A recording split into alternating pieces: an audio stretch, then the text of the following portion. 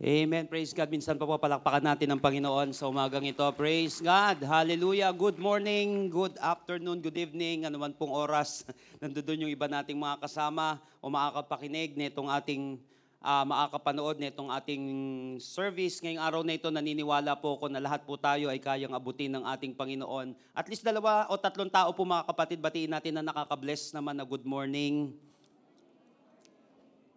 Amen. Praise the Lord. Amen. Praise God.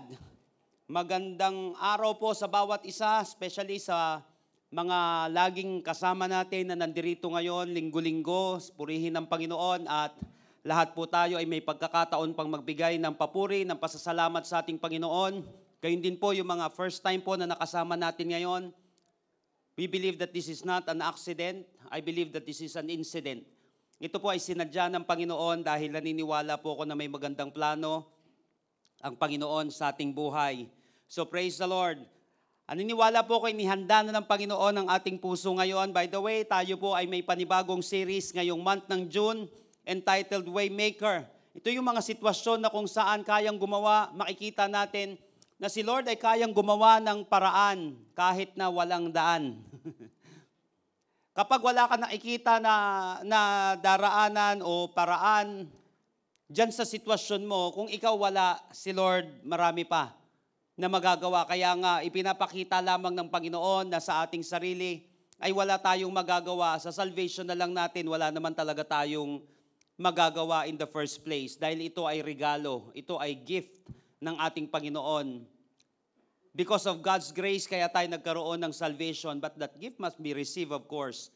Pero in the first place, mga kapatid, wala tayong magagawa doon, plano ng Diyos ang lahat ng yon. So, ganyan din po mga kapatid, kapag may mga sitwasyon sa buhay natin na tingin mo parang napakahirap o parang wala kang magagawa, isipin mo lagi, tama ako, wala, pero si Lord marami pang magagawa. Maraming kapamaraanan ng Panginoon. I don't know kung ano po mga kapatid, yung mga dreams, mga visions na meron tayo ngayon, problema man o pangarap man o anumang mga bagay na kung saan para sa iyo ay napakahirap, naniniwala ako, ipapakita sa atin ng Panginoon na merong solusyon ang lahat ng bagay pagdating sa Kanya. So praise God, sit back and relax at naniniwala ko kakatagpuin tayo ngayon ng ating Panginoon. Let's get started. Someone said that nothing can keep you from a happier future than a lingering wound. Again, nothing can keep you from a happier future than a lingering wound. Mahirap po mga kapatid na maging masaya sa ating hinaharap kapag nandoon yung, alam mo, kapag hindi mo mamamanage, naglilinger ito, yung wound na ito. And because that pain is preventing you from moving forward. Yung pain na yan na nararanasan natin, malakas ang kapangyarihan yan. Malakas yung, alam mo, yung kakayahan niyan para ma-prevent tayo dun sa ating patutunguhan. Kaya lang ang masakit dito mga kapatid, painful nga anong gagawin ko? Paano naman ako makakausad nito? Ito yung pag-uusapan natin ngayong araw na ito. Paano tayo uusad kahit na ikaw ay sad, kahit na ikaw ay nakakaranas ng pain, kahit na ikaw ay may problema. Kasi pag sinabi natin, kasi mahirap ako, hindi na ako sasagana. Wala na nga mangyayari pag ganyan ka. Kasi nga, ganyan na yung sitwasyon mo. Kasi nga, ganito yung pamilya ko. Ito na mangyayari. Ito na nga yung sitwasyon natin. Ito na nga yung pangyayari natin. Saka lang nga ayos ang buhay ko pag nagbago na siguro Pilipinas. Ewan ko kung magbabago pa. Ito na talaga to, yung geography natin, malamang ganito na to. What I mean is, hindi ako hopeless na hindi magbabago, pero napaka-unrealistic nung sasabihin natin na kapag nabago na lahat, kahit anong gawin natin, laging sa mundong ito, laging may negative. Kasi lagi din naman may positive. At lagi mong tatandaan na ang buhay ay weather lang. Tandaan natin mga kapatid na kapag wala itong mga negative na ito, hindi gumagana rin hindi ka natututo Parang baterya yan, uusad ka kahit may negative. Nakuha natin mga kapatid, kinakailangan may ganyan kasi natututo tayo dyan. At sila man din ay pwede rin naman na mahawa sa mga tao na kung saan positibo yung pananaw nila sa kanilang buhay. So dapat makita natin yung balance ng buhay. Parang sinasabi ko nga madalas, ang pera, Hindi laging masama yan. May kabutihan yan. Neutral yan eh. Pati music, there's no such thing as Christian music or worldly music. Ang music, collaboration of sound yan. Pag mabilis, sa demonyo. Pag mabagal, makalangin. Nagkakatalo yan sa lyrics. Yung mabilis na yon, lalagyan mo ng magandang lyrics. Yung hindi makademonyong lyrics. At yung mabagal na yon ay lalagyan mo na kung saan nakakaluwalhati naman sa Panginoon na lyrics. So, napaka-importante mga kapatid na makita natin yung balance na yan. So, ibig sabihin, pwede ka bang, kasi sabi ng iba, saka lang ako makaka-move on kapag wala ng pain. Saka lang ako makaka-move on kapag hindi ko na maalala ito. Paano yan? Talaga na mawala yung alaala mo. Paano ka uusad sa buhay? Paano ka uusad sa sitwasyon mo? Kung hihintayin mo lahat ng bagay, ay mawala. Hindi pwedeng mangyari yon. In fact, pwede natin gamitin yung mga sitwasyon na yon para tayo ay makausad. At minsan nga, ginagamit ni Lord yung sitwasyon na yan, yung mga negativity na yan, yung mga pains na yan, para magkaroon tayo ng gain sa ating buhay. But the question is, how to move on effectively? Pag sinabing effectively, ito ay may resulta. Kasi may mga tao, umusad naman, but they don't have effect. Okay? Paano tayo mag-move na kung saan may effect yung gagawin ko? Kahit na ganito yung sitwasyon ko, pag ako ay umatake, magkakaroon ng epekto yung gagawin ko. Yung ikaw na yung nasaktan pero ikaw pa yung nanalo. Nakuha mo yun? Kasi hindi naman lahat although hindi lahat ng nasaktan, tama ang pinaglalaban. Pero hindi lahat na nasaktan, natalo. Kasi maraming mga nasaktan, panalo na sila ngayon. Nag-champion sila. At alam nyo mga kapatid, ito yung pangyayaring napaka-painful. But you ended up successful. Ito yung sinasabi na naka-move on ka effectively. So I want you to open your Bible with me in Exodus chapter 14, verses 15 through 19. Exodus chapter 14, verses 15 through 19. How to move on effectively. Verse 15. Then the Lord said to Moses, "Why are you crying out to me? Tell the Israelites to move on." Sabi nga po natin, move on. Sa ibang translation, tell the Israelites to go forward. Verse 16, raise your staff and stretch out your hand over the sea to divide the water, so that the Israelites can go through the sea on dry ground.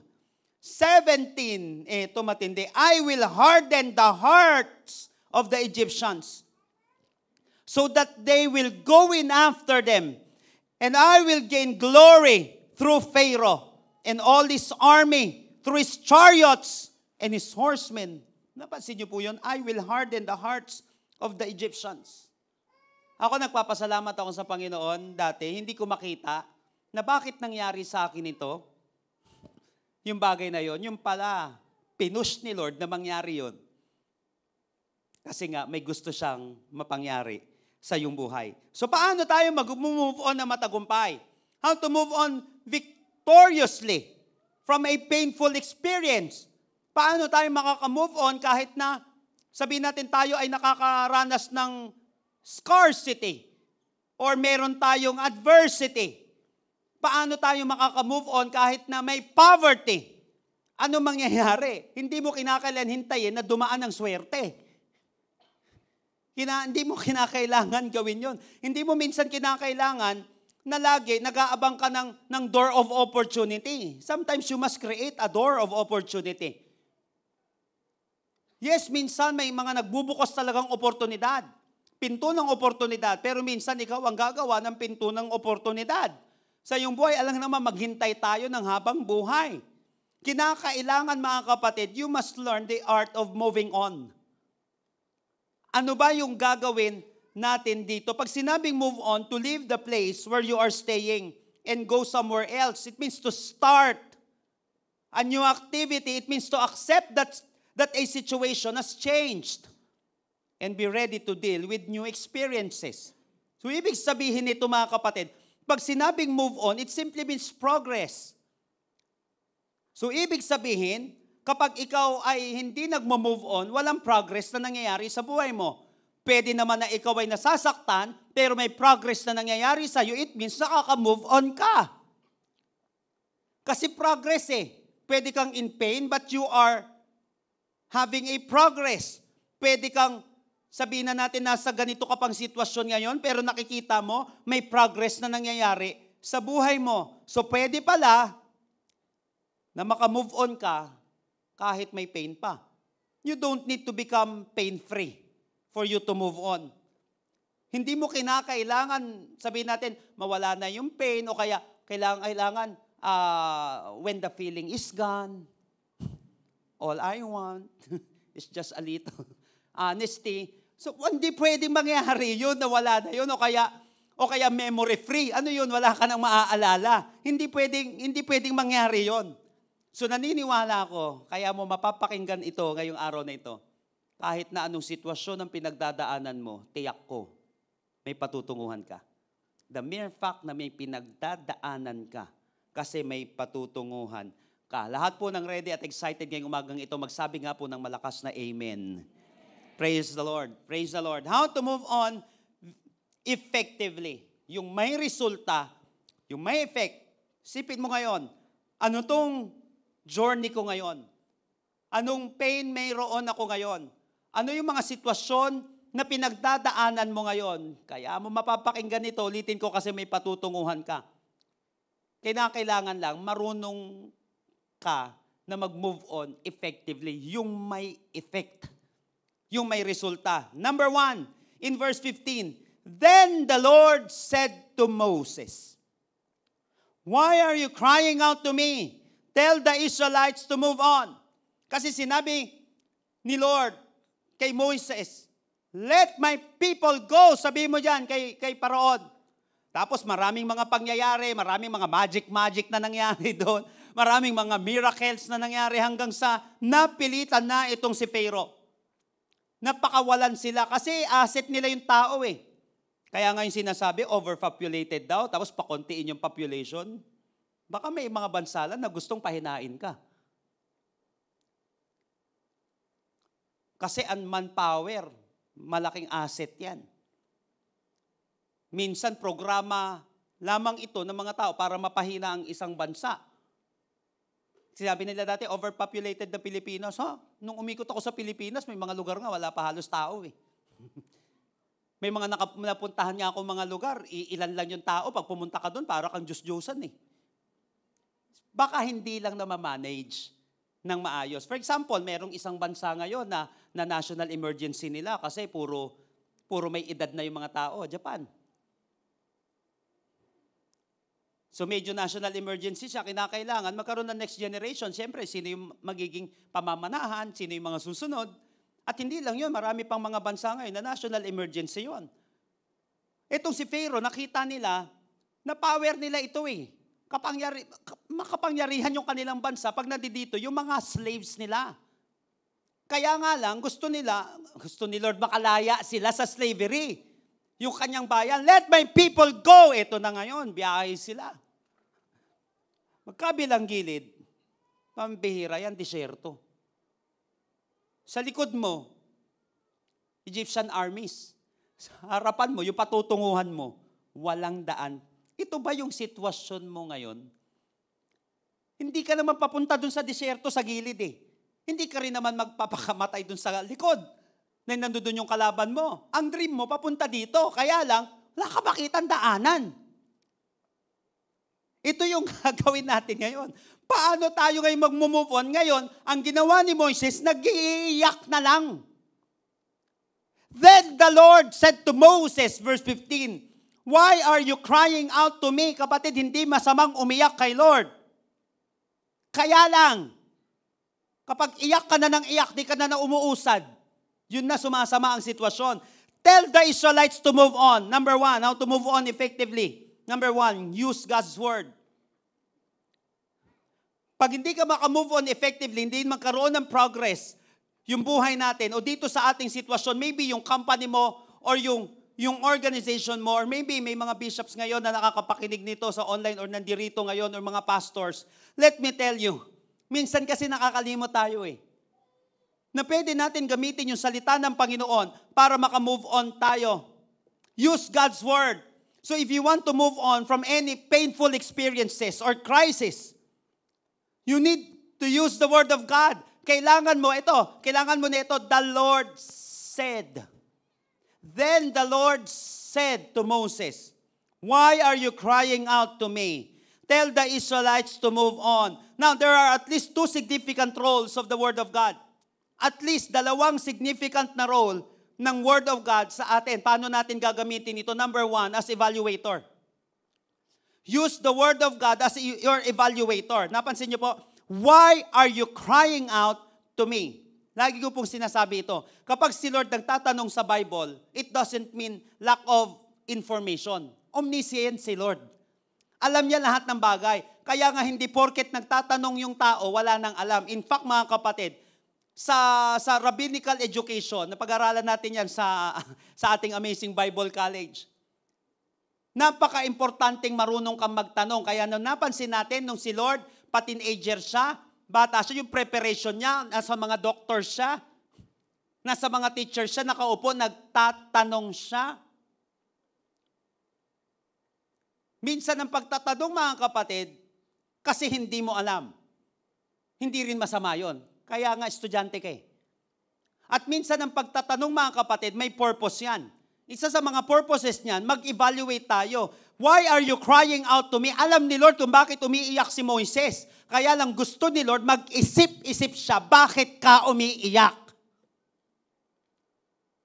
Bakit ka may pain na yan? Ngayon, kung may maitutulong sa'yo, ang iyak na yan, tuloy mo hanggang 2024. Okay? No problem yun, kapatid.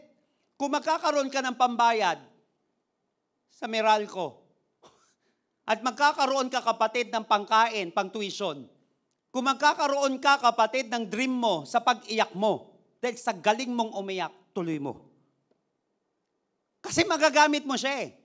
Pero kapag may isang sitwasyon na kung saan ginagawa natin, ay pambihira, baka hindi ka umuusad, you need the Word of God. Magbasa tayo ng Word of God kasi ito ay nakakapag-evaluate sa atin.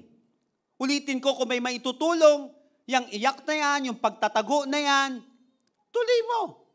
But kung aabutan ka lang ng mga Egyptian armies, kaiiyak mo, mag-move on ka na. Kung aabutan ka lang ng mga Egyptian armies na ito, mag-move on ka na. Kasi tiyak yan, pwedeng lumala lalo, o pwedeng masaktan ka lalo, at higit sa lahat, maaalipin ka ulit, katulad ng nangyari sa kanila dati. Use the Word of God as evaluator. Why are you crying out to me? Napansin niyo po, mga kapatid, sa Bible, lagi ganito, in Genesis chapter 3, verses 1 hanggang 13, "Where are you?" The Lord said to the man, "Where are you?" Alam naman ni Lord kung nasan si Adan eh. Kaya lang, anong ginagawa mo dyan? Asan ka? Para mag-isip-isip siya. Bago nangyari ito, mga kapatid, yung sa Exodus, yung passage natin ngayon, ginawa na rin ni Lord yan sa Exodus chapter 4. What is that in your hand? Kasi kala niya wala siyang kapangyarihan, kakayahan, humarap dun sa Pharaoh. Ngayon yung hawak-hawak niya, pwede palang maghimala yun. Pwedeng gamitin ng Panginoon. Etong text natin ngayon, "Why are you crying out to me?"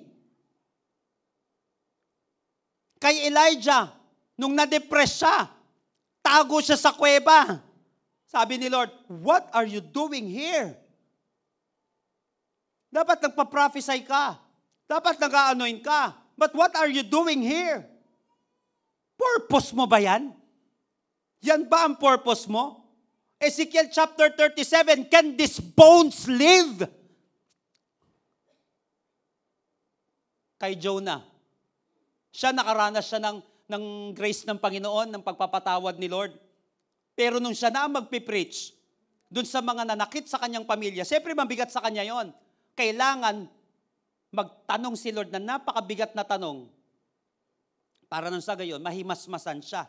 Is it right for you to be angry? Nakuha natin, mga kapatid. Napaka-importante. Ako nga, nung nakaraan, Nung pinag-aaralan ko ito mga kapatid, sabi ko, makagawa nga ng ganitong materials. Yung mga greatest questions ni Lord sa Bible. At ano maitutulong nito sa ating buhay. Sige po, gagawa ko pang mga mentoring natin dito. Why are you crying out to me? Use the word every time na nagbabasa tayo mga kapatid.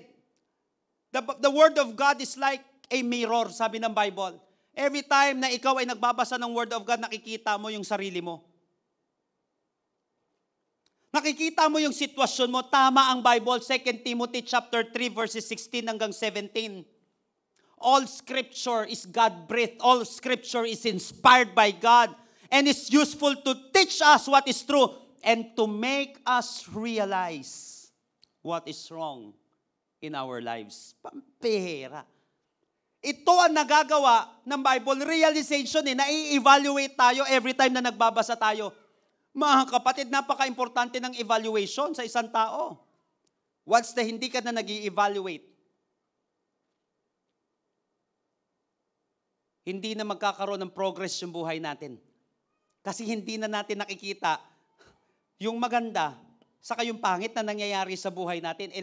Baka puro pangit na lang nakikita mo, pag nag-evaluate ka, may maganda pala nangyari sa buhay mo. Ganyan, di ba minsan, ang tao, ang tingin niya na lang puro negative, kaya hindi na siya uusad kasi tingin niya walang magandang nangyari sa buhay niya. Hindi niya alam, gumising lang siya, maganda na yan yung nangyari sa buhay mo. Oo, tama, wala ka katulad ng cellphone ng iba. Pero ikaw gumising ka pa, paano mo sinabing hindi ka pinagpala? Yung makatabi mo lang yung katabi mo ngayon, tignan mo. O, bulaga, di ba? O, laking pinagpala na yan. Tignan mo, pag subukan mong tignan, nakingiti ka, sumasaya buhay mo. Pag tinitignan mo yung katabi mo, tignan mo kapag kabila, di ba? Ang saya-saya. Natutuwa ka, natatawa ka. Napansin mo, binibigyan ka niya ng saya. Kuha natin mga kapatid, paano mo sinabing di ka pinagpala? Napaka-importante na makita natin ito sa pamamagitan sa lens ng salita ng ating Panginoon.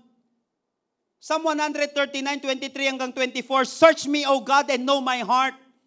Test me and know my anxious thoughts. See if there is any offensive way in me and lead me in the way everlasting.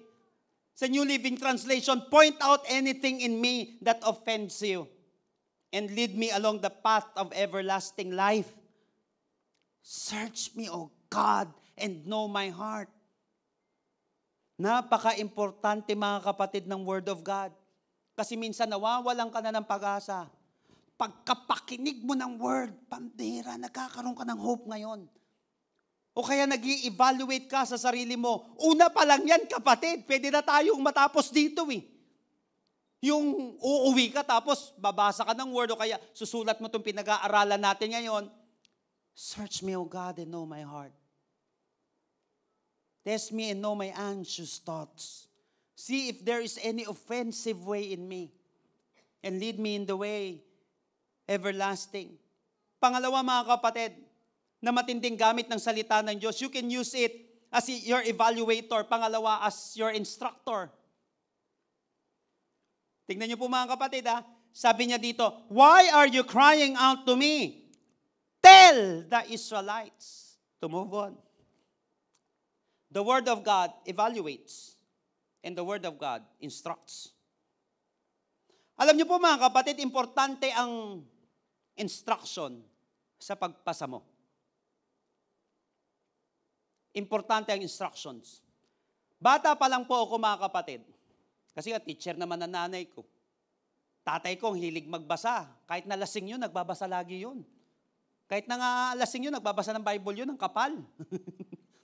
Sa bahay namin, kahit sira-sira yung libro, pinapahalagahan namin dati. Kasi tatay ko, karpintero, kaya bata pa po ako, hindi nawawala sa akin. Parang kulang ang buhay ko at ang bahay ko pag walang bookshelves.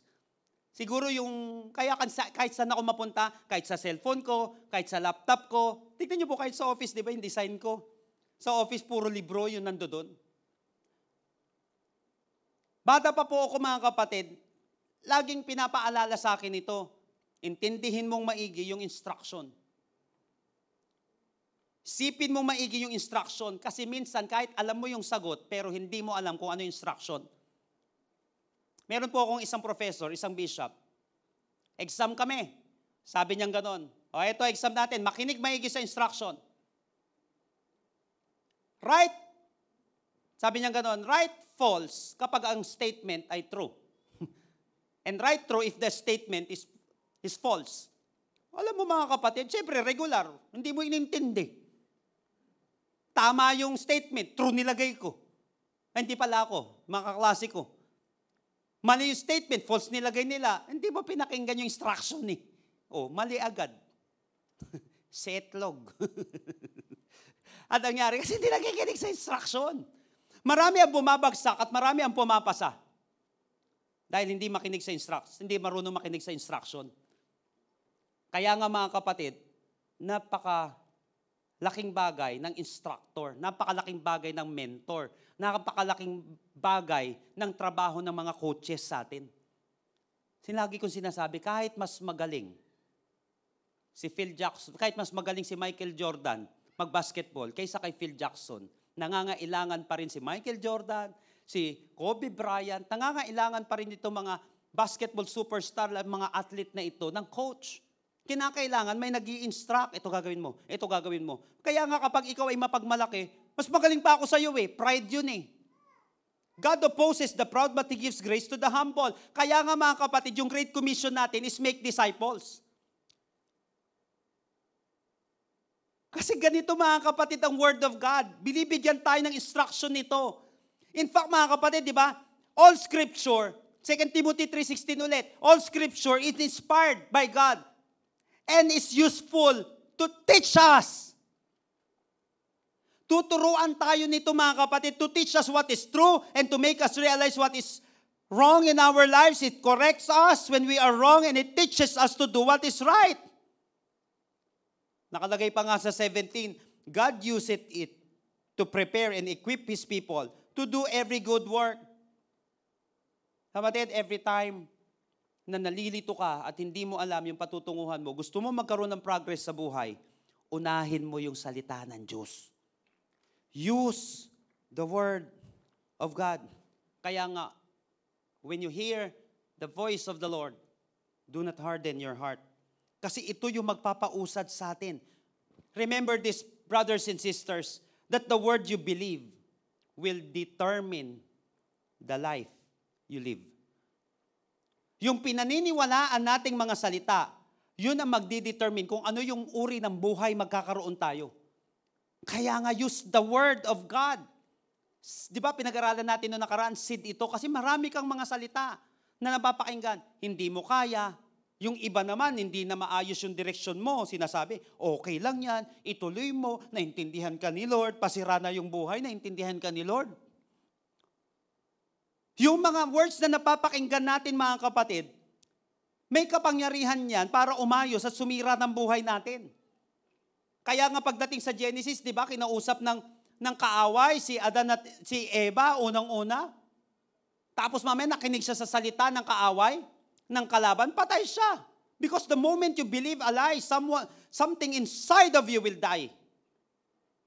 Biruin mo buong buhay mo, pinaniwalaan mo na wala kang kwenta, na wala kang silbi, na wala kang magagawa. Buong buhay mo, pinaniwalaan mo yon. Sinasabi ng mga magulang sa kanilang bata pa lang, ang bobo-bobo mo. Ano klaseng seed ang naitatanim doon? Walang maayos na instruction. So napaka-importante mga kapatid ng salita ng Panginoon. Use the Word of God. Sabi nga po natin, use the Word of God. Gamitin ang salita ng Panginoon. Yung iba mga kapatid, tamad na tamad sa Word of God. Imaginein mo na lang kapatid, nang dahil sa salita may mundo. Nang dahil sa salita may universe. Let there be! And there was. In the beginning was the Word, and the Word was with God, and the Word was God. Nothing was created without the Word. So napaka-importante nito, mga kapatid. Gusto mo ng direksyon? Use the Word of God. Kasi tutulungan ka nito na mag-evaluate. Kaya nga, every Sunday, kapag may mga gawain tayo, be excited kasi may word ka mapapakinggan doon. Kaya nga tayo dito sa Amazing Hope, napaka-importante ng exposition of the word. Napaka-importante, ni-expose ng maayos yung word of God para nang sa gayon. Kasi ito magbibigay ng direksyon sa tao hindi lamang yung simpleng kwento Importante rin yung kwento as an illustration. Pero mga kapatid, dapat ang foundation ng preaching, ang foundation na napapakinggan ng tao ay yung puro at makapangyarihang salita ng Panginoon. Use the word of God. Kasi ito yung sword of the Spirit, pang-opensa mo to kapatid, maniwala ka. Pampanalo mo to. Pangalawa, verse 15, Then the Lord said to Moses, Why are you crying out to me? Tell the Israelites to move on. Verse 16, Raise your staff and stretch out your hand over the sea to divide the water, so that the Israelites can go through the sea on dry ground. How to move on effectively? Yung may result. Yung may epekto na maganda kahit na nandirito pa ako sa sitwasyon na ito.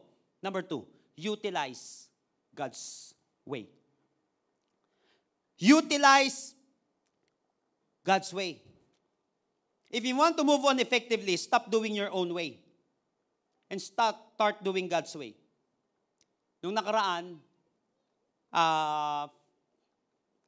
kaya po wala ako dito. Of course, break na rin. Pero yun, pinagbigyan ko muna yung ibang simbahan, magdamagan, grabe pare. First time kong mag-preach ng siguro rat-ratan. Galing natin ng convention, nakatatlo-apat yata akong preaching doon. Tapos nung linggo pa, so instead na magpapahinga ako, kasi may invitation, malaking gawain ng Pentecostal Sunday doon sa Bulacan. Pagtapos nun, may isang malaking anniversary naman ng isang simbahan. Pero praise God at binigyan tayo ni Lord ng lakas. By the way, mamaya mga kapatid, magsisimula na po tayo sa ating elliptical campus. Yung pag-pray po natin, yung gawain natin dyan sa Circle. Praise the Lord, purihin ang Panginoon. Mamaya, kapag may mga kaibigan po kayo, malapit yan sa Circle, sa Queridos Bistro. Ayan, powered by Chef Jerry. So, dyan po mga kapatid, ewan ko, magpapakain yata sila, pero hindi naman lahat. Okay. Pero yon basta, importante itong kakain ng Word of God. So, dyan lang po yan sa Circle, yung sa housing natin. Di ba, kitang-kita lang doon, malaki yung nakalagay doon, Amazing Hope. Babaan, sakayan at babaan, napakalaki din ng parking doon. So, walang problema. 5:00 po yan. At meron po tayong mga gawain pa, mga simbahan na bubuksan po itong buwan na ito ng June. So mga kapatid, katulad nga po noon, nung nalilito ko, hindi ko alam ang direksyon ng church, unang-una Word of God. Iiyak kay Lord of course, pero hindi naman puro iyak ang gagawin. Kasi iyak, magre-release ka kay Lord, aasa ka sa Panginoon, and then, tama ba tong ginagawa ko? Use the Word. Use God's Word. Pangalawa, utilize God's way. Why? Alam niyo po, maraming mga namatay, maraming namatay dahil dun sa kantang, I did it my way. Sabi ko, bakit ba ganyan? Totoo po yun mga kapatid. Tanungin ninyo, sa katabi nyo may edad na. Tingnan mo yung katabi mo. Alam niya yan. Bakit kaya? Di ba may isa pang kanta? Hindi ko nasasabihin kung ano yun. Okay. So meron pa di ba? Yung sa Korean na, no? So meron yung I did it my way, na pinanggalingan yan. Kaya pala marami namamatay daw yung sa kantang yun. Kasi sa ganda ng kanta, pag pangit ang kanta mo, yari ka. Gugulpihin ka. So para wala kang karapatan kumanta pag hindi ka marunong kumanta ng maayos. Ganon ka tindi mga kapatid. Literal yun. Pero mga kapatid, sa totoo lang, sa buhay ng isang tao, yung I did it my way, yung puro sarili mong diskarte, tagilid ka dyan. Napaka-importante pa rin ng God's way. In the first place mga kapatid, hindi reliable yung buhay natin. Hindi reliable yung diskarte natin.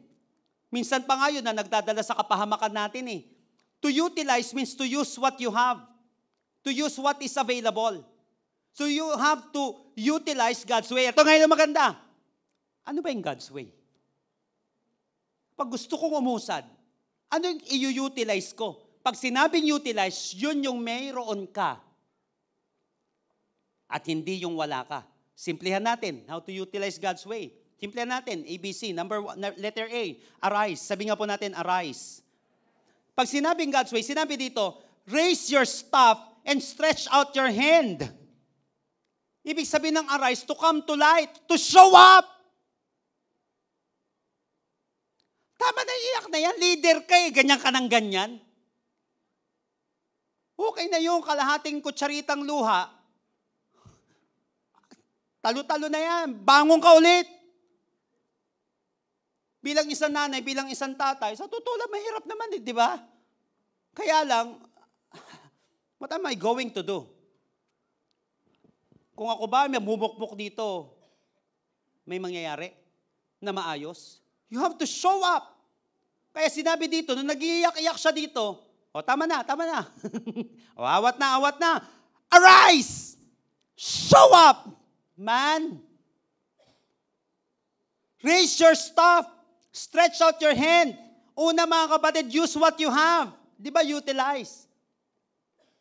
Gamitin mo yung mayroon ka kasi hindi mo magagamit yung wala ka. Ano yung mayroon si Moises nito?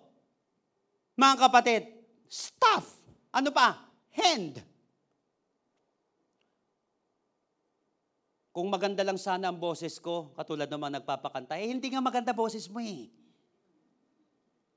Kaya lang maganda naman ang mukha mo, artistahin. Di pwede. Nakuha mo, tignan mo yung katabi mo, pwede, di ba? Ano ba maganda, boses o yung mukha? Pwede rin dalawa. Nakuha natin mga kapatid, huwag ka naiinggit kasi nga, kung pare-pareho tayo, kumusta na lang ang buhay? Imagine mo yung katabi mo, pareho rin na mukha mo. Tignan mo, tumawa ka agad. Imagine mo. Kaya mga kapatid, hindi nakakainggit yun kasi siya, may strength siya. Kaya lang may weakness din yan. Maganda lang yan, kaya lang may weakness din yan. Pero ikaw din, mga kapatid, meron ka ring strength. Kaya nga, wag mong gamitin yung wala ka, wag mong hanapin yung wala ka kasi nga wala ka nun. Ang gagamitin mo, ano ba yung mayroon ka sa mga nababaon sa utang? Unang-una na sinasuggest natin dito, of course, snowball effect, pakonti-konti, hindi yung nagtatago. Pangalawa mga kapatid, sinabi ko, kung ano yung mayroon ka, benta mo muna. Na kung saan hindi ka naman mapapasama o mabubuhay ka. 3 cellphone mo, benta mo muna yung 3. May isa kang cellphone na napakaganda, kaya mo naman mabuhay ngayon, for now. Do it. O kaya magagawa mo, may sasakyan ka bang pwedeng ibenta dyan? Hindi yung utang, may utang ka, tapos utang din pambayad mo, baka mahirapan ka makabangon. Ano muna yung mayroon ka? Or maybe meron kang skill na ganito na pwede mong gamitin. Most of the time, you don't have a money problem. You only have an idea problem. Natandaan ko yan at hanggang ngayon di ko nakakalimutan yan mga kapatid. Isa sa pinakamalaking church dito sa Southeast Asia. One time, po siya, sinabi niya sa akin, nung pastor na yun, you don't have a money problem. You only have an idea problem.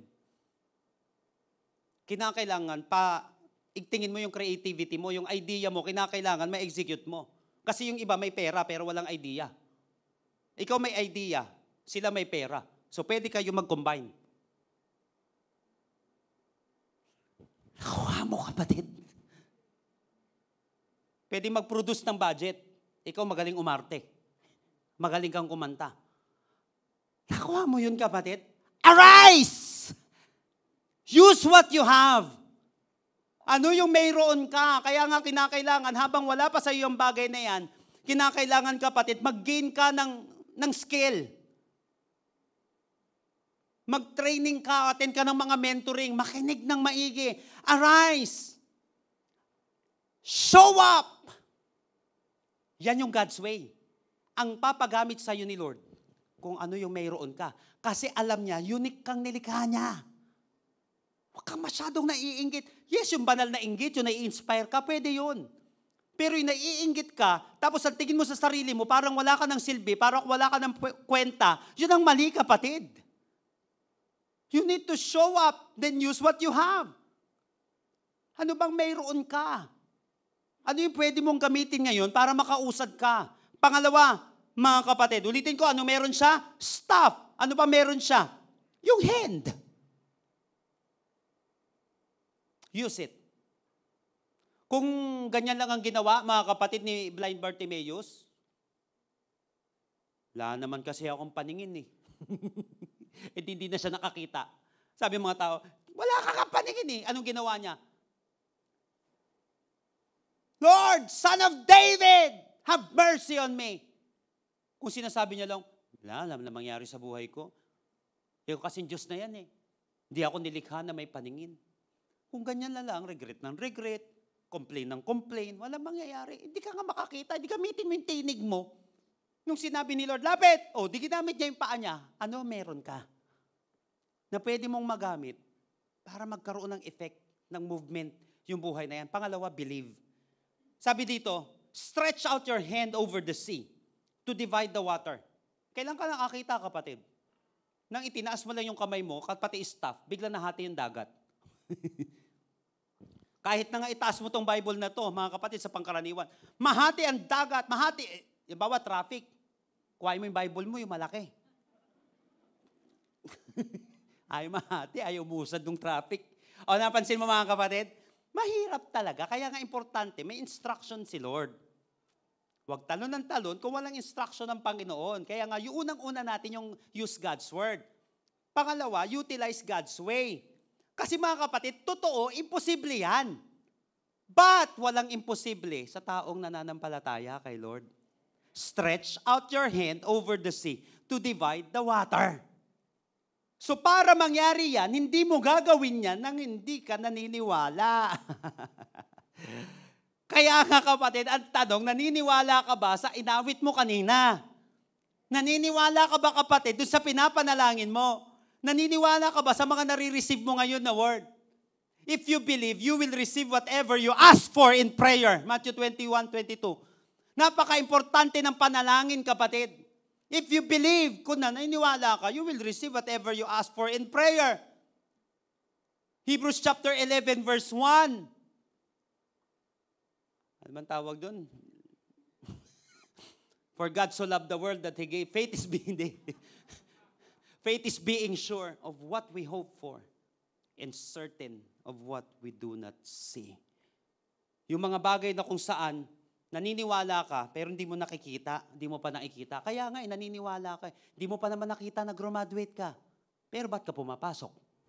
Kasi naniniwala ka na may posibilidad na makagraduate ka. Nakita mo na ba yung sahod mo, literally? Hindi pa naman Kaya lang naniniwala ka na kapag nagtrabaho ka, magkakaroon ka ng sahod. Napansin mo yung effect ng paniniwala? In fact, kung hindi ka naniniwala na kaya kang kargahin ng upuan mo, hindi ka uupo dyan Hindi naman ako kayang kargahin nito Hindi ka uupo dyan. Pero bakit ka umupo? Kasi naniniwala ka. Napansin mo mga kapatid yung power ng faith, yung power ng belief. Kaya nga, use God's way. Eto matindi. Alam mo ba, kapamaraanan ni Lord ang pananampalataya? If you want to believe, if you want to be saved, you need to put your faith in Jesus. Ang panalangin ay pananampalataya. Bakit hindi mo naman nakikita si Lord? Pero naniniwala ka na napapakinggan ka niya. Napaka-importante ng pananampalataya at God's way yan. Faith. Yan yung tool natin mga kapatid para sa ating miracle. Believe. And letter C is continue. Kapamaraanan ng Panginoon na hindi ka lang puro simula, magpatuloy ka. Go. Sabi dito, stretch out your hand over the sea to divide the water so that the Israelites can go through the sea on dry ground. Kaya alam minsan mga kapatid, si Lord nag-o-open na ng oportunidad. Ang problema, hindi ka tumutuloy Binigyan ka na ni Lord. Nagbukas si Lord ng opportunity. Kinausap ka na ng Panginoon. When was the last time may taong tinuruan ka? Kinain yung oras mo. Nagkape-kape kayo, nagmerienda kayo. Pagtapos yung mag-usap, in-instructionan mo, wala pa rin ginawa. Maraming ganyan. Kasi hindi naman lahat na nag-aral natuto O, di ba? Sino dito pumasok sa eskwelahan? Pumasok lang sa eskwelahan pero hindi natuto. Marami akong ganyan. Pumapasok lang ako sa eskwelahan pero sa totoo, tutulog ako.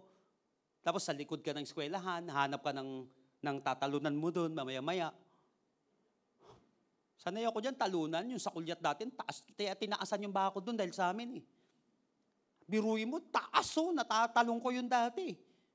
Pero papasok lang ako para kunyari pumasok sa eskwelahan.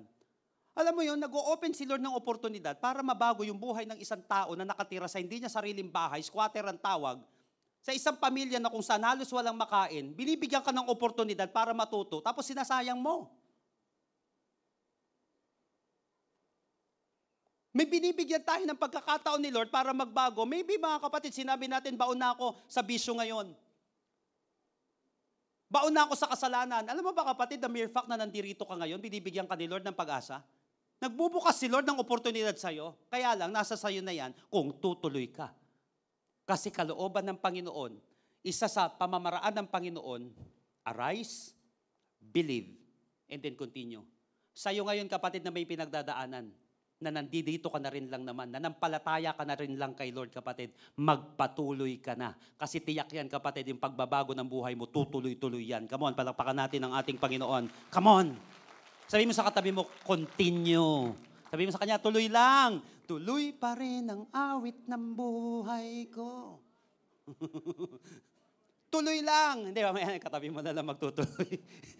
5-10 minutes ako na ito eh. Okay. Lastly, ito mga kapatid, pambihira, napakaganda nito. 17, I will harden the hearts of the Egyptians so that they will go in after them. And I will gain glory through Pharaoh and all his army, through his chariots and his horsemen. Ganda nito kapatid. How to move on effectively. Number 3, understand God's will. Sabi nga po natin, God's will. Kailangan kasi naintindihan mo yung God's will.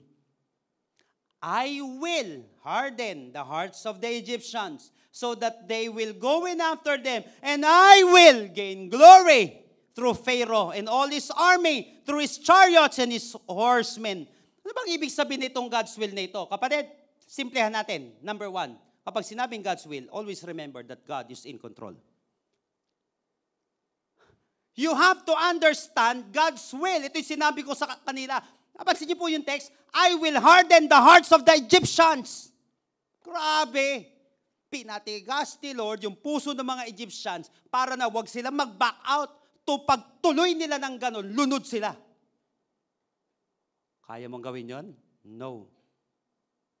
But God is in control. By the way, mga kapatid, sa theology, hindi ibig sabihin na pinahamak ito ni Lord. Why? Mga kapatid, biblically, alam ni Lord, may foreknowledge si Lord. Alam niya, itong mga ito, para sa kapahamakan na to, magdidesisyon to na hindi maganda, alam niya, masama na talaga ito. Hindi sa pinasama ni Lord, alam ni Lord, masasama na sila. Okay, kasi may justice ang Panginoon. Na every time na mababasa niyo to, hindi kasalanan niya ng Panginoon, kasalanan niyan, alam ni Lord yan. Hindi niya ginawang hudas yan. Alam niya, maghuhudas yan. Bakit? May foreknowledge si Lord, omniscient si Lord. Nakuha natin mga kapatid. Huwag ilalagay yung isip ng tao sa isip ng Diyos. Makapangyarihan ng Diyos natin. So I will harden the hearts of the Egyptians so that they will go in after them. Matitigas na talaga ulo nitong mga to. Nakuha natin mga kapatid. God is in control. Hindi mo kaya yan, pero kaya ni Lord. So every time mga kapatid may nangyayari sa, nag-pray ka naman na. Nag-worship ka kay Lord. Nagbibigay ka nga ng tithes na offering mo eh. Tapos parang wala naman nangyari. Huwag ganun kapatid. Believe. And then isipin mo, yes, God is in control. Yung may ginawa kang maganda, tapos parang pangit ang resulta. Ano sasabihin mo ngayon? Hindi, wala namang kwenta ito. Kapatid, huwag ganun ang response sa buhay. You have to understand God's will. Na sa kabila na yan, when everything has been said and done, sasabihin mo na lang, Lord, let your will be done. Because when reason ends, faith begins. Always remember that God is in control. Alam ni Lord ang ginagawa niya. Yung nananalangin ka, Lord, pagpalain mo po ako. Tapos ginawa mo lahat, naglingkod ka sa Panginoon. Tapos diyan may pagsubok na dumating. Ano gagawin mong response? Understand God's will. He's in control. Yun pala, yung sitwasyon pala na yun, yung pagsubok, yun pala yung magbubukas ng oportunidad sa'yo. Pambira! He's in control. Alam ni Lord ang ginagawa niya, nanalangin ka eh. Nanampalataya ka. So ano man ang mangyari, sobrang smooth man, o kaya minsan parang may challenge, pag kilala mo si Lord. Kilala mo si Lord. Kapatid, ang nangyari dito, lunod lahat ng sumugod sa kanila. Nalunod to because I will harden the heart of the Egyptians. One of the best ways to rid yourself of the fear that is plaguing you is to listen to His word, submit to His way, and be reminded that God is in control.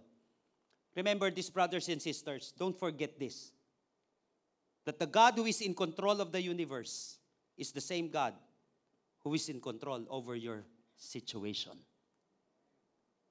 The God who is in control of the universe is the same God who is in control over your situation. Nakakontrol nga ni Lord yan yung Pluto eh. Nakakontrol nga ni Lord yung Mercury. Nakakontrol nga ni Lord itong Milky Way eh. Yung sitwasyon mo pa. Mapangyayari ang kalooban ng Panginoon, kapatid. Lagi mong isipin yan. And everything has been said and done, Lord, let your will be done. Alam ni Lord ang ginagawa niya. Abangan mo na lang yung magandang susunod na kabanata kapag ikaw alam mo tong God's will na ito.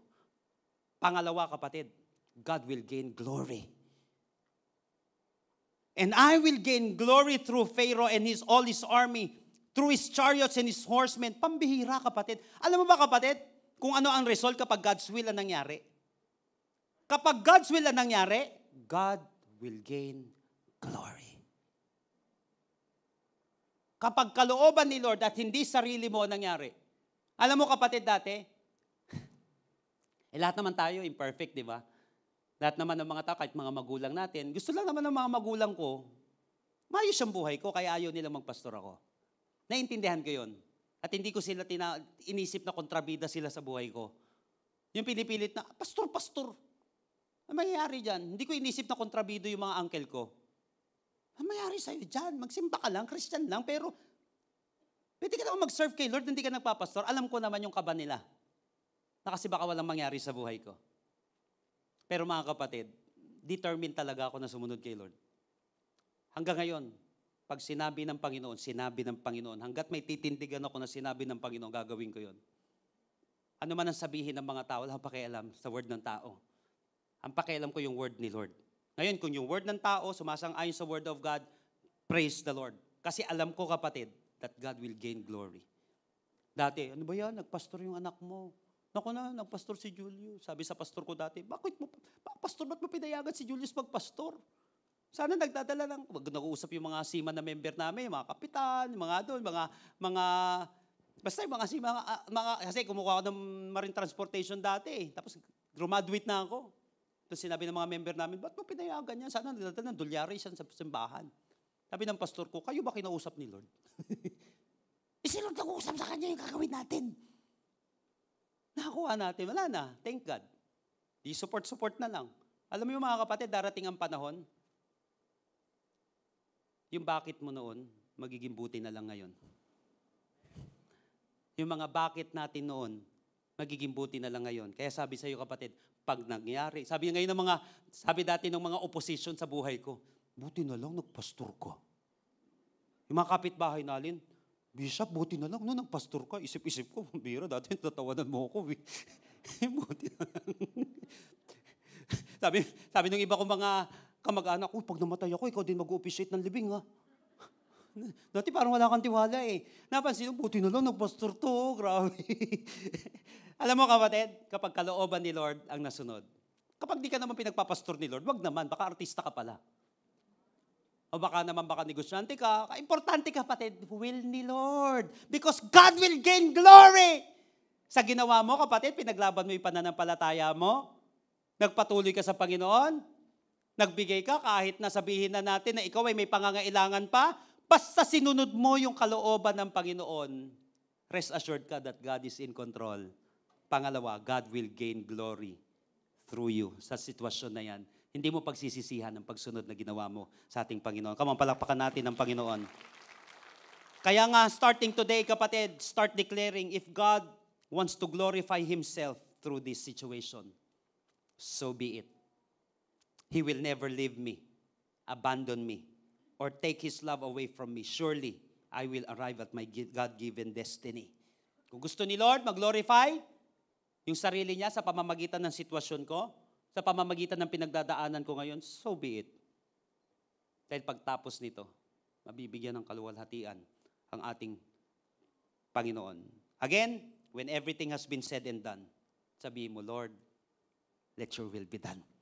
Nanalangin na ako, nag-offer na ako ng something, Panginoon, sa dulong-dulo yan. Huwag ka negative. Lord, you are in control. Let your will be done. Naniniwala ako, kapatid, starting today, makaka-move on ka effectively. From that poverty, from that adversity or scarcity, o anuman mga pinagdadaanan natin ngayon. Ulitin ko, kaya ka may pinagdadaanan, kasi ikaw ay may patutunguhan. Yung pinagdadaanan mo, daanan mo lang, wag mong tambayan. Pagkasama mo si Lord, bukas makalawa, makakarating ka na sa iyong patutunguhan. Praise the Lord. Purihin po natin ang Panginoon. Sa umagang ito, tayo pong lahat ay tumayo sa presensya ng ating Panginoon. And I will end with this, mga kapatid. Listen to this very carefully. Before po kayo ipag-pray, before natin i-dismiss ang gawain na ito, sabi sa verse 15, Then the Lord said to Moses, Why are you crying out to me? Tell the Israelites to move on. If you want to move on effectively, use God's word. Starting today, please, alam ko busy tayo. Pero sana kasama sa pinagkakabisihan natin. Alam ko puno yung schedule mo. Okay? Puno schedule natin. Pero sama mo, sa pagkapuno ng schedule mo, yung time mo with the Lord. Yung date ninyo ng Panginoon. Yan yung ganito, pananambahan natin, yung pagpipray mo, sambasa ng word. Di mo kinakailan sang oras lagi. Bigyan ng time ito. Pakikinig. Use the word of God. Use the word of God. Pangalawa, utilize God's way. Gusto ni Lord, kapatid, bumangon ka. Gusto ni Lord, magpatuloy ka. Arise, believe, continue. And then understand God's will. When everything has been said and done, remember that God is in control. Lord, let your will be done. Because God will gain glory. Kapag nangyari ang kanyang kalooban, eto ngayon, then the Lord said to Moses, Why are you crying out to me? Tell the Israelites to move on. Bakit gusto ni Lord mag-move on sila? Bakit gusto ni Lord? Pwede naman umiyak na lang ng umiyak. I remember what Barbara Corcoran once said. Sabi niya, the difference between successful people and others is how long they spend time feeling sorry for themselves. Uy. The difference between successful people and others is how long they spend time feeling sorry for themselves. Kasi mga kapatid, yung mga nag-fail, yung mga nananatiling failure, at yung mga nakausad, yung mga nagtagumpay, ang pagkakapareho nila, pare-pareho sila nasasaktan. Yung may natapos na maayos, saka walang natapos na maayos, pareho yan nasaktan. Kaya lang sabi niya ang difference, itong isa, nagbabad na siya sa failure na yun. Nagbabad na siya sa pain. Nagbabad siya sa hindi maganda. Itong isa, nag-move on. Parehong nasaktan, pero magkaiba ng result. What happened in verses 21 hanggang 22? Mga kapatid, makikita natin dito sa 21-22. Ginawa niya, move on. Sabi niya gano'n, raise your staff. Taas mo yung kamay mo. Sabi niya gano'n, eto nangyari, 21. Moses raised his hand over the Red Sea.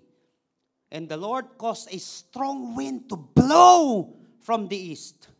The wind blew all night long.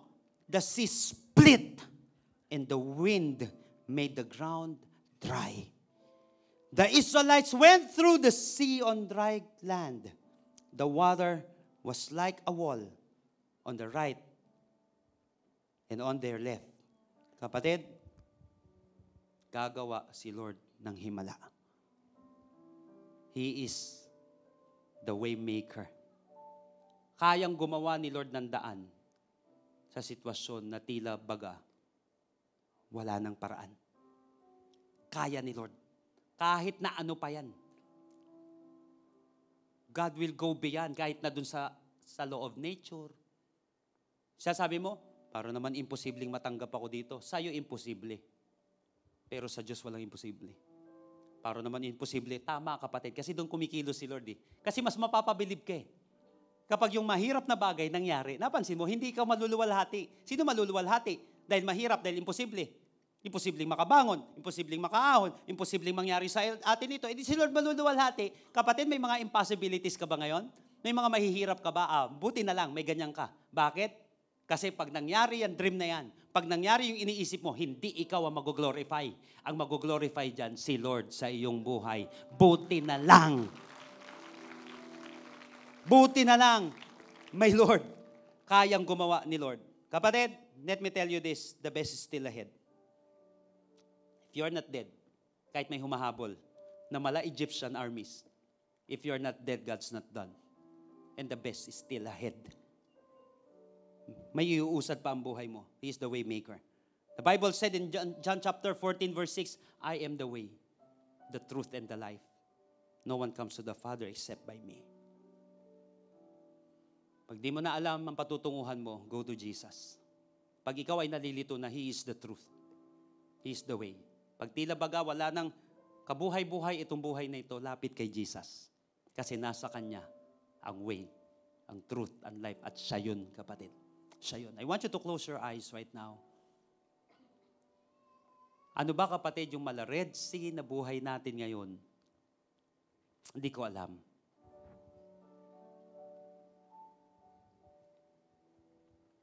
Pag lumingin ko sa past mo, mala Egyptian armies, hinahan ka ng past mo. Ang hirap. Pero minsan parang gusto ko na lang bumalik.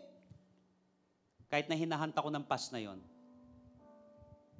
Pag tumingin ka naman sa kaliwa kanan, ang bihira, halos walang katapusan naman na disyerto to.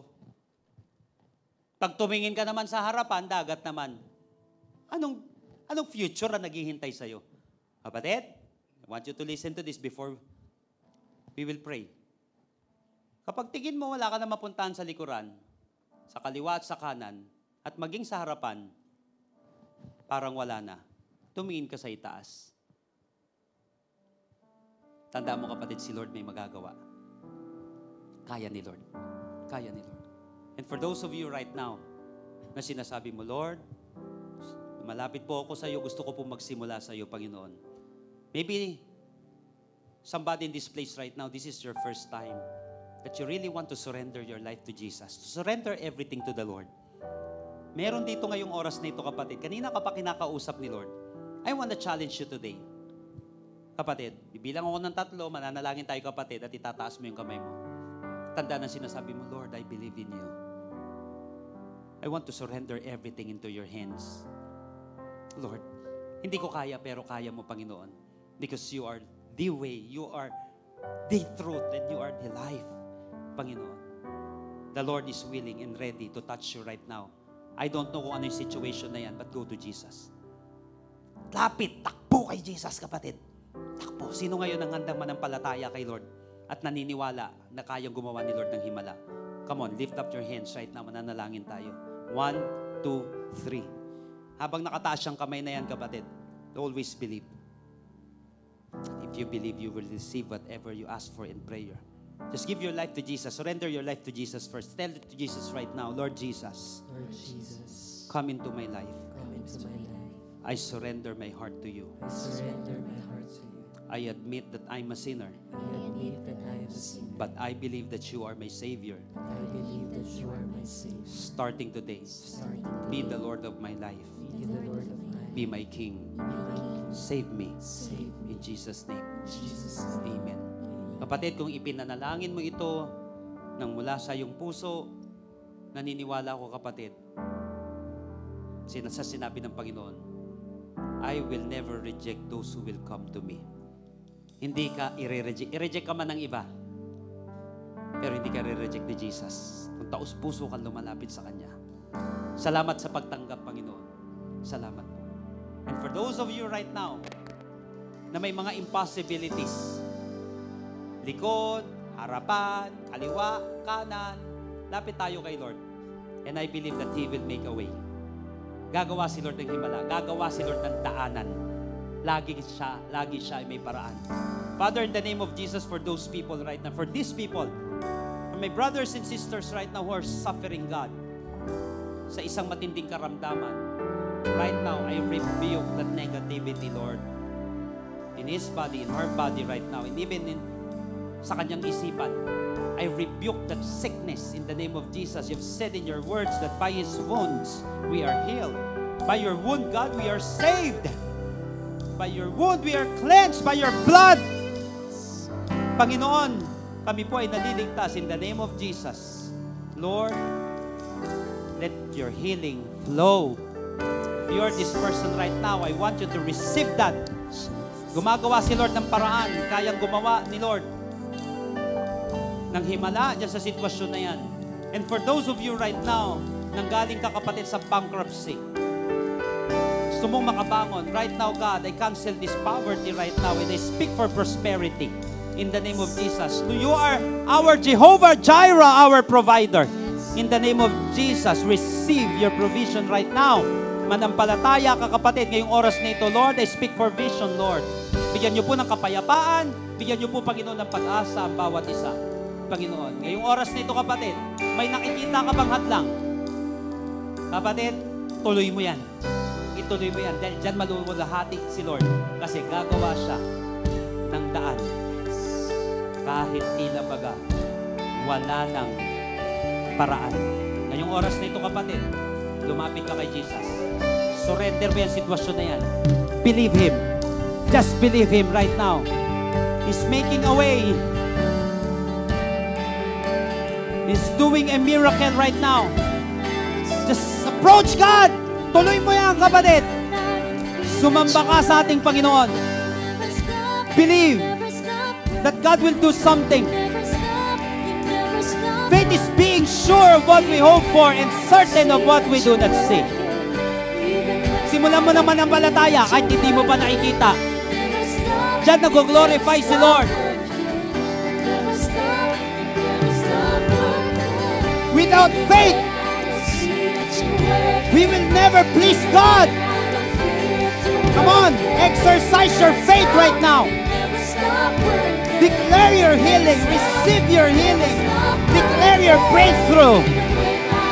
Declare the glory of God, the greatness of God. Worship God for who He is and what He has done, and even of what He can do in your life. Oh God, even when I don't feel, kumikilos si Lord dyan sa karamdaman na yan. Kumikilos si Lord dyan sa sitwasyon na yan. Always remember that God is in control. The same God who is in control of the universe is the same God who is in control over your situation. Oh God. Come on, declare it.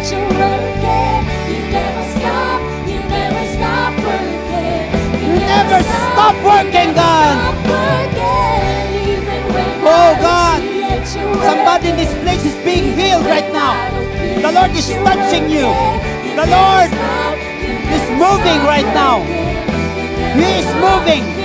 He is moving. Huwag mong sasayangin, kapatid, itong opportunity na ito.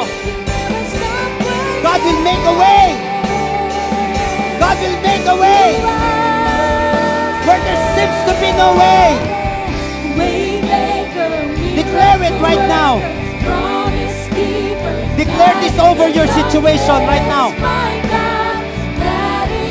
Declare this over this impossibility right now. Come on, declare it.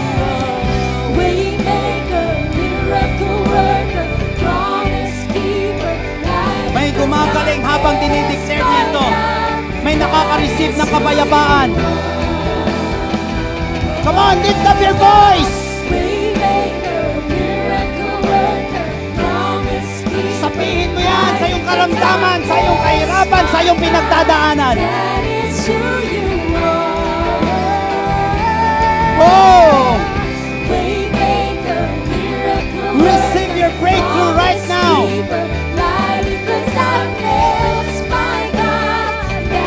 I want to hear your voice right now. Come on, declare it, everyone. Everybody in this place.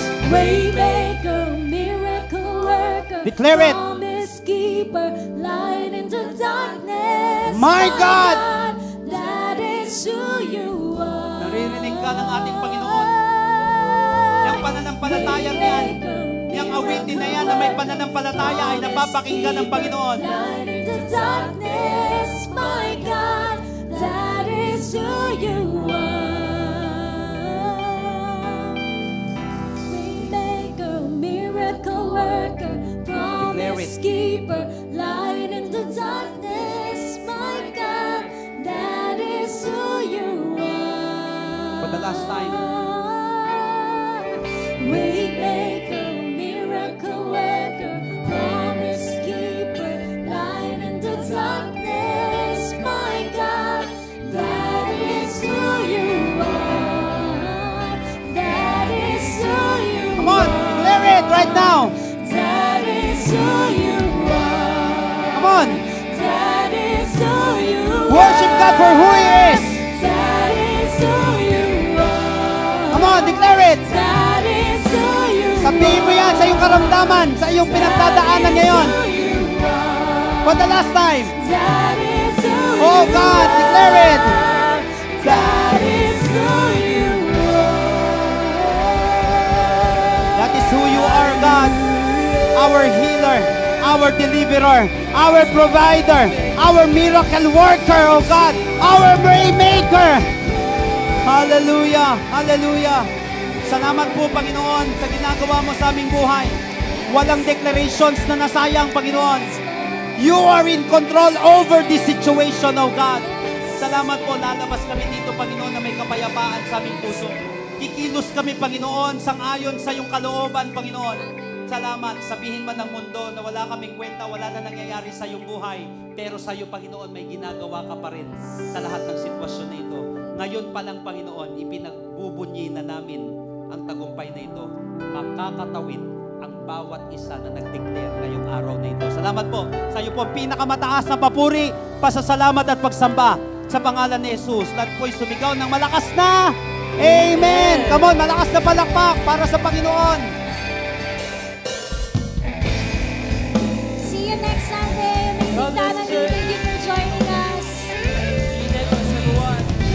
Heaven opens as we sing your praise. Angels join us as we praise your name. Heaven opens as we sing your praise. Angels join us as we praise your name. Come on. Shout of the King is among us. God is here in our praises. Shout of the King is among us. Praise Him, praise Him, praise Him in everything. Shout of the King is among